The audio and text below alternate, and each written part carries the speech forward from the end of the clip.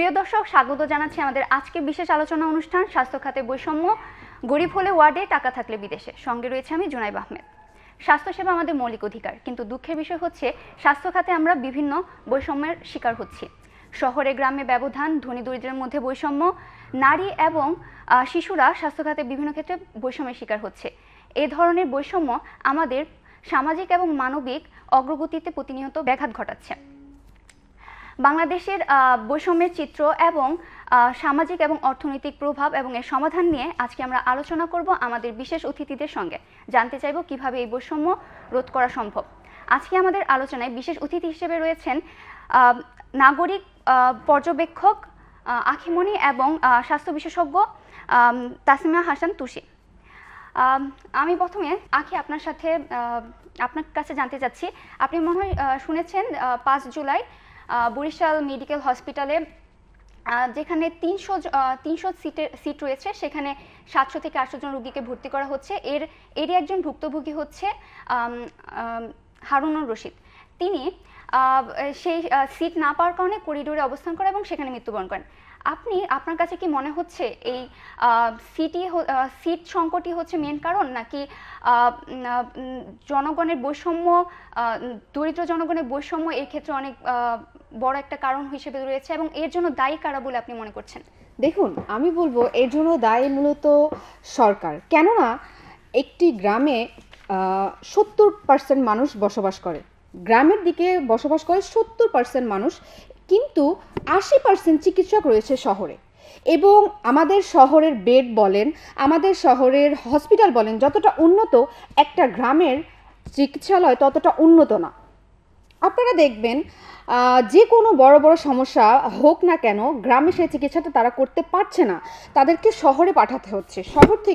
গ্রাম থেকে শহরে আসতে অনেকটা সময় চলে যাচ্ছে, এর জন্য পথে অনেকের মৃত্যু হচ্ছে। তো আমরা মনে করি এখানে সরকারের দায়ভারটা বেশি, কেননা তাদের উচিত আমাদের যে মেডিকেলগুলো বা মেডিকেলের বেডগুলো সেগুলো বাড়ানো এবং সেখানে ভালো চিকিৎসক দেওয়া। ভালো চিকিৎসক বলতে আমরা চিকিৎসক দিয়ে চুপ করে বসে থাকবো এরকমও হবে না। চিকিৎসক থাকবে কিন্তু হসপিটালে থাকবে না, তাহলে কিন্তু তা হবে না।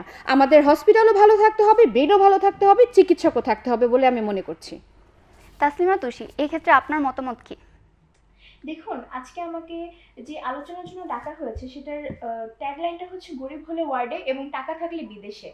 কিন্তু আমার সমস্যা হচ্ছে, গরিব হলে ওয়ার্ডে থাকলে আপনাদের কি সমস্যা? আমাদের সমাজ ব্যবস্থা একটা নির্দিষ্ট শ্রেণীর মানের উপর ডিপেন্ড করে তৈরি হয়। যাদের কাছে টাকা আছে তারা যদি বিদেশে যায়, এটি তাদের ব্যক্তি স্বাধীনতা। কিন্তু আমরা যে বিষয়টি নিয়ে আলোচনা করতে পারি সেটি হচ্ছে আমাদের ওয়ার্ডের মধ্যে আমাদের কি পরিমাণ সুযোগ সুবিধা আমরা দিচ্ছি, কিংবা আমাদের জনগণ কি পরিমাণ সুযোগ সুবিধা পাচ্ছে।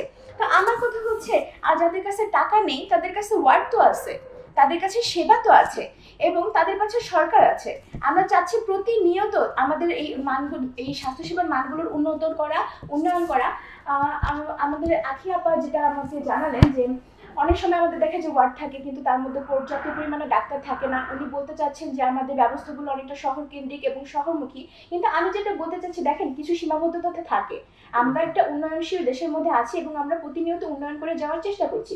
তো এই ক্ষেত্রে আমরা যেটি করছি এ পর্যন্ত, তার আমি একটা হিসাব আপনাদেরকে যদি জানাই, 2010 সালে আমাদের বাজেট বরাদ্দ ছিল 7,000 কোটি টাকা, কিন্তু 2024-25 সালে এসে সেটি হয়ে গেছে কত? 38,052 কোটি টাকা। আপনি কি বুঝতে পারছেন কি পরিমাণ বিপ্লব আমরা আমাদের বাজেটে আনতে পেরেছি? কিন্তু আমরা দেখছি, আমাকে একটু সময় দেন জুনাইদ বাবা, আমি একটু শেষ করি, আপনারা বলতে পারেন, আমাকে একটু শেষ করতে দেন। তার সাথে আমরা এনেছি 13,800 এর বেশি কমিউনিটি ক্লিনিক, যেটি আমাদের 3 কোটি মানুষকে, গ্রামের মানুষকে তাদের ঘরের দ্বার প্রান্তে সেবা দিচ্ছে। আমি জানি না আপা আপনি কোনোদিন গ্রামে যে দেখেছেন কিনা ফিল্ডে, যে একদম ঘরের পাশাপাশি কিংবা কিছু কিছু 2-1টা গ্রামের মধ্যে আমরা কমিউনিটি ক্লিনিক দেওয়ার চেষ্টা করেছি। আমরা চেষ্টা করছি, চালিয়ে যাচ্ছি। একই সাথে ডাক্তারের যে সমস্যা, আমরা এটা স্বীকার করছি যে আমাদের ডাক্তারের সংকট রয়েছে, কারণ আমাদের জনসংখ্যা প্রায় 17 কোটি জনগণকে একটি উন্নয়নশীল দেশের মধ্যে স্বাস্থ্যসেবা পর্যাপ্ত পরিমাণে দেওয়ার ক্ষেত্রে আমাদের কিছু কিছু বিশেষ ভূমিকা পালন করতে হয়। সেক্ষেত্রে আমরা কি করেছি, 64 জেলায় 61টি মডেল হাসপাতাল স্থাপনের সাথে সাথে আমরা নতুন করে প্রায় 15,000 চিকিৎসক ও নার্স নিয়োগ দেওয়ার চেষ্টা করছি, যেটা 2024 সালে আমরা শুরু করে দিয়েছি। একই সাথে আমরা চেষ্টা করছি যে প্রতি মাসে 8 লাখ মানুষ যাতে হেলথ কল সেন্টার থেকে তাদের সুযোগ সুবিধাটা পায়, যাতে আপনারা আর সহজেই বলতে না পারেন যে সদর হাসপাতাল আছে কিন্তু ডাক্তার নেই। আপনাদের এই কথা থেকে বাঁচতে বা আমাদের জনগণের স্বাস্থ্যসেবা নিশ্চিত করতে আমরা এই মুখ্য ভূমিকাগুলো পালন করছি। আমার প্রশ্ন হচ্ছে, আপনি বলছেন যে সকল ধরনের সুযোগ সুবিধা আপনারা দিচ্ছেন, কিন্তু একটা প্রতিবেদনে দেখা গিয়েছে যে 3.7% মানুষ দরিদ্র হয়ে যাচ্ছে, কারণ তারা তাদের চিকিৎসার ব্যয় দেওয়ার জন্য বহুল করার জন্য তাদের জমি বিক্রি করে দিচ্ছে। তাহলে আপনি কিভাবে বলছেন যে এখানে তারা সুযোগ সুবিধা সব কিছু পাচ্ছে? আচ্ছা, এখানে তো ব্যয়বহুল হয়ে যাচ্ছে আমাদের চিকিৎসা ব্যবস্থা। জুনাইবা আপা, আপনি কি বলতে পারেন আমাকে কাইন্ডলি একটা কথা? আমি যতদূর জানি যে আমাদের যে সদর হাসপাতালগুলো, সেখানে আমরা ফ্রি স্বাস্থ্যসেবা নিশ্চিত করি এবং একই সাথে সেখানকার স্বাস্থ্যসেবার জন্য যে পরিমাণ টাকা দিতে হয় সেটা খুবই নগণ্য। আর যারা আমাদের সরকারের উপরে আস্থা রাখতে পারে না, যারা হচ্ছে প্রাইভেট হসপিটালের দিকে যায়, যেখানে প্রাইভেট হসপিটালে যাওয়ার কথা চিন্তা করলে আমাদের দেশে যে মানুষের যে জীবনমান, সেটার থেকে নিম্নবিত্তরা কেন মধ্যবিত্তরা পর্যন্ত প্রাইভেট হসপিটালে যেতে ভয় পাবে। তাদের হচ্ছে এখানে আর্থিক সমস্যা দেখা দেয়। এখন তারা যদি কমিউনিটি ক্লিনিকে না আসে, আমাদের যে সদর হাসপাতালগুলো আছে, সরকারি হাসপাতালগুলো আছে, আমাদের কাছে শেখ হাসিনা বার্ন ইউনিট আছে, আমাদের কাছে হৃদরোগের হসপিটাল আছে, প্রত্যেকটি জাতীয় ইনস্টিটিউটের আলাদা আলাদা করে হসপিটাল আছে এবং সেখানে আমরা বিশ্বমানের সুযোগ সুবিধা নিশ্চিতের চেষ্টা করছি, চালিয়ে যাচ্ছি।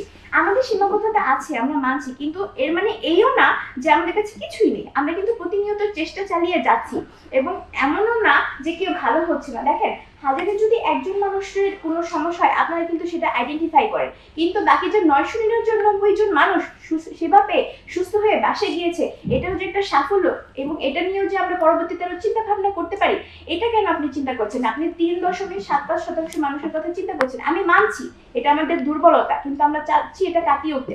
কিন্তু আরো যে 97% মানুষ কিংবা 96% মানুষ সুস্থ হয়ে বাসে গিয়েছেন, এটাও কিন্তু আমাদের সফলতার মধ্যেই পড়ে। এটাও কিন্তু আপনাদেরকে দেখতে হবে, বুঝতে হবে। আখি, আপনি কি তুষির সাথে একমত পোষণ করছেন? আমি একমত পোষণ করতে পারছি না। আমাদের তুষি আপা বলছেন যাদের টাকা আছে তারা বিদেশে যাবে, এটা তাদের ব্যক্তিগত ব্যাপার, আমরা কেন এখানে হস্তক্ষেপ করতে চাচ্ছি? আমার প্রশ্ন হলো, যদি সরকারি আপনার কথা মতে সরকারি যে হাসপাতালগুলো, কমিউনিটি যে ক্লিনিকগুলো, তারা বিশ্বমানের প্রযুক্তি বা বিশ্বমানের সেবা দিচ্ছে, আপনি বলছেন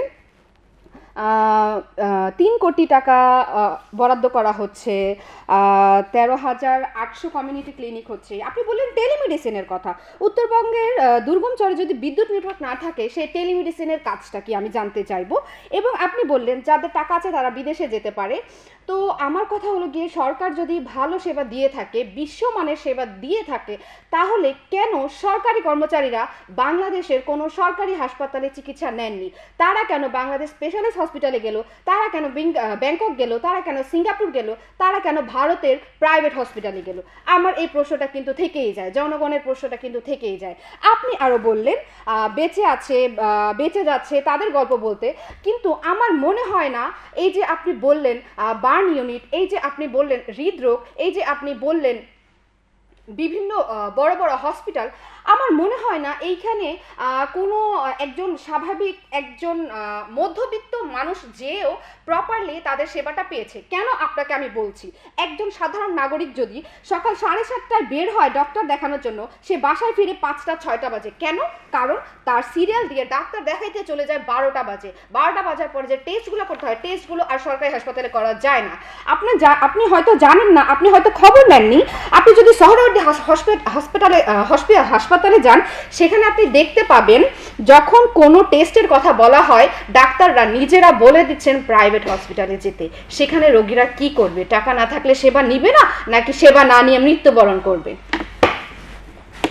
ঠিক আছে আখি আপা, আপনি যেভাবে আমার সাথে কথাগুলো বলছেন, মনে হচ্ছে যে আপনি মানসিকভাবে চিন্তা করে এসেছেন যে আপনি আমাদেরকে কিছু কথা শুনিয়ে যাবেন। তো আমি আপনার কথার সাথে আবার বলছি যে আপনি হয়তো জানেন না যে আমার মায়ের চিকিৎসা চলছে হচ্ছে বঙ্গবন্ধু মেডিকেল কলেজে। আপনি জানেন না যে আমার নিজের একটা অ্যালার্জির সমস্যা আছে এবং সেটিও আমি সরকারি হসপিটালেই দেখাই, কারণ আমার নিজেদের প্রযুক্তির উপরে আমার একটা ভরসা আছে। এখন আপনি বলতে চাচ্ছেন অনেক সরকারি কর্মকর্তা বিদেশে যায়, চলে যায়, কিন্তু এটার আসলে কোনো প্রমাণ আপনার কাছে আছে কি না? অবশ্যই। থাকতে পারে, আমি একটু বলে শেষ করে নিই। আর তার থেকে বড় কথা, আপনি যেটা বলছেন যে চলাচলের কথা কিংবা অনেক দূর দূরান্তের কথা, আমি তো বলছি আমাদের সীমাবদ্ধতা আছে, এবং সেই সীমাবদ্ধতা কাটানো আজকে একদিন দুই দিনের কথাও না। আমরা কিন্তু প্রতিনিয়ত আমাদের জিনিসগুলো আপডেট করে যাচ্ছি। আমাদের, আপনি যদি হসপিটালে কোনোদিন পর্যবেক্ষণে যেয়ে দেখেন কি পরিমাণ বিদেশি আমরা মেশিনারিজ এনেছি এবং সেখান থেকে মানুষজনকে সেবা দেওয়ার চেষ্টা করছি। এখন অসাধু ডাক্তার যে নেই এটা তো বলার কোনো মানে নেই, এমন আমাদের মধ্যে অসাধু যে লোকজন নেই এটা বলারও কোনো মানে নেই। আপনি যদি কোনোদিন আমাদের সরকারি হসপিটালগুলোতে যেয়ে দেখেন সেগুলির ওয়াশরুমের অবস্থা, সেগুলির বারান্দার অবস্থা, সবকিছু, এই সবকিছু যারা ক্লিন করে, একই সাথে যারা হচ্ছে এগুলিকে নোংরাও করে, তারাও কিন্তু আমাদের সাধারণ জনগণ। আপনি যেয়ে দেখবেন বেডের মধ্যে বালিশ থাকে না বা কাভার থাকে না, শীত মানুষ নিয়ে যায়, এগুলি কিন্তু কারা করে? সাধারণ জনগণ করে। আমরা যে সুযোগ সুবিধা দেওয়ার চেষ্টা করছি, নিশ্চিত করার চেষ্টা করছি, একই সাথে যারা ডাক্তার, এটা কিন্তু আমাদের সিস্টেমের সমস্যা, এটা কিন্তু আমাদের মন্ত্রণালয়ের সমস্যা না। আমরা কিন্তু চেষ্টা করছি, আমরা কিন্তু সজ্জা দিচ্ছি, আমরা আমাদের যত যাবতীয় জিনিসপত্র দরকার আমরা সেটা আনছি। এটা যদি কেউ এনশিওর না করে, ডাক্তার যদি অসাধু হয়, এটা তার পেশাগত সমস্যা, এটা তার নীতিগত সমস্যা, এটা তার পারিবারিকভাবে, সামাজিকভাবে এবং রাষ্ট্রীয়ভাবে তার এনশিওর করা উচিত। আর একই সাথে যে শুধু সরকারি সব করবে, সরকারি একার পক্ষে তো 17 কোটি জনগণের সুযোগ সুবিধা নিশ্চিত করা সম্ভব নয়। আমাদের দেশের এত জনসংখ্যা, যেটা আমরা বারবার আমাদের সমস্যা হয়ে যাচ্ছে হ্যান্ডেল করার জন্য, আমরা উপপায়ী হয়ে যাচ্ছি, আমাদের ডাক্তাররা হিমশিম খাচ্ছে। এই যে আপনি বলছেন যে সকাল 6টা বাজে আপনি গেলেন, তার রিসিট কাটলো, সে ডাক্তার দেখে দেখেছে 6টা বেজে গেছে। এক্ষেত্রে আমার একটা প্রশ্ন হচ্ছে, আমাদের সরকারের মানে আমরা যে সরকার ব্যবস্থার কথা বলছি, এখানে কি হচ্ছে শিক্ষাক্ষেত্রে উন্নতির প্রয়োজন আছে কিনা? কারণ যদি ডাক্তাররা তাদের সুযোগ সুবিধা পাচ্ছে না, কারণ বেশিরভাগ দেখা যাচ্ছে যে প্রাইভেট ইউনিভার্সিটিতে পড়াশোনা করছে, প্রাইভেট মেডিকেল হসপিটালগুলোতে। এখন যদি সরকারি এই সুযোগ সুবিধা বা সিটগুলো একটু বেশি থাকতো, তাহলে এই ক্ষেত্রে মনে হচ্ছে ডাক্তারের সংখ্যাও বেড়ে যেত এবং হচ্ছে তারা সুযোগ সুবিধা ভালো পেত। আপা, এই বিষয়ে আমি কি বলবো? আমার তো আমি আসলে যে সেক্টরটা দেখি, স্বাস্থ্য সেক্টর, সেই ব্যাপারেই আমি হচ্ছে জ্ঞান রাখি। শিক্ষা সেক্টরে আমার অত অবদান নেই বা আমার অত জানাশোনা নেই, আমি আপনাকে এই ব্যাপারে এনশিওর করতে পারছি না। তবে আপনি হয়তো শিক্ষা সেক্টরের কারোর সাথে কথা বলে এই ব্যাপারে জানতে পারবেন। তবে অবশ্যই আমার মনে হয় একটা নীতিগত উন্নয়নের জায়গা থাকতে হবে, এবং একই সাথে ডাক্তারদের সাথে কিংবা যারা সরকারি কর্মকর্তা আছে, অসাধু আছে, তাদের উপরে নীতিগত যে শাস্তিগুলো আরোপ করা যায়, আরো কঠোরভাবে সেটা আরোপ করতে হবে। এখানে কিছু জায়গা তো থেকেই যায়, কিন্তু একেবারেই যে আপনারা ডিনাই করে দিচ্ছেন যে এক্ষেত্রে কি ধরনের শাস্তি প্রয়োগ করা যেতে পারে বলে আপনি মনে করছেন? এই ব্যাপারে আমি আসছি আপনার কাছে, কিন্তু আমি যেটা বলতে চাচ্ছি, বারবার আমি চেষ্টা করছি, কেন আপনারা আমাকে থামিয়ে দিচ্ছেন আমি বুঝতে পারছি না। আমি যে তথ্যপত্রগুলো আপনাদের সামনে পরিবেশন করতেছি, এটা আমাকে একটু বলতে দেন। জি, বলুন। আপা বলছে আপনি আমাকে বারবার একের পর এক অন্য জায়গা থেকে কোশ্চেন করছেন, আমি কিভাবে কথা বলবো? আমি তো ভুলে যাচ্ছি, আপনি তো আমাকে ডিস্ট্রাক্ট করে দিচ্ছেন। আচ্ছা, আমি দেখি। তারপরেও আমি যেটা বলতে চাচ্ছিলাম যে আখি আপা যে বিষয়ে হচ্ছে দৃষ্টিপাত করছেন বারবার, সেটা হচ্ছে চরের মানুষ কিংবা উত্তরবঙ্গের মানুষ যাদের এখানে বিদ্যুৎ সুবিধা নেই, সেক্ষেত্রে আপনি কি জানেন মুখ্য ভূমিকা যেটা পালন করছে, কিংবা স্বাস্থ্য খাতে যে বিপ্লবটা সাধন করেছে কমিউনিটি ক্লিনিক, যেটা একটু আগে আপনি কটাক্ষ করলেন।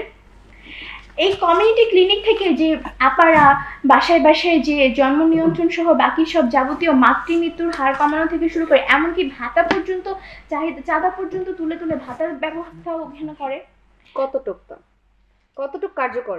বাংলাদেশের কতগুলো জেলায় সেই ভাতাগুলা যাচ্ছে, এবং ভাতা কয়েকজন পাচ্ছে, প্রবীণরা পাচ্ছে, মারা কতটা পাচ্ছে।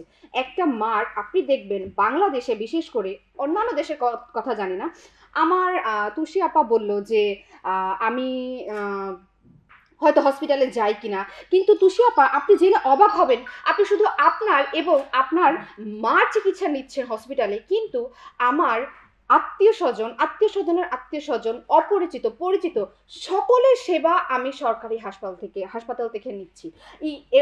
এমনকি আমি নিজে চিকিৎসা নিচ্ছি সরকারি হাসপাতাল থেকে, বঙ্গবন্ধু মেডিকেল কলেজ হাসপাতাল থেকে। আপনি জেনে হয়তো খুশি হবেন, আমরা এখানে সমালোচনা করতে আসিনি, আমরা এখানে গঠনমূলক পরিবর্তনের জন্য এসেছি।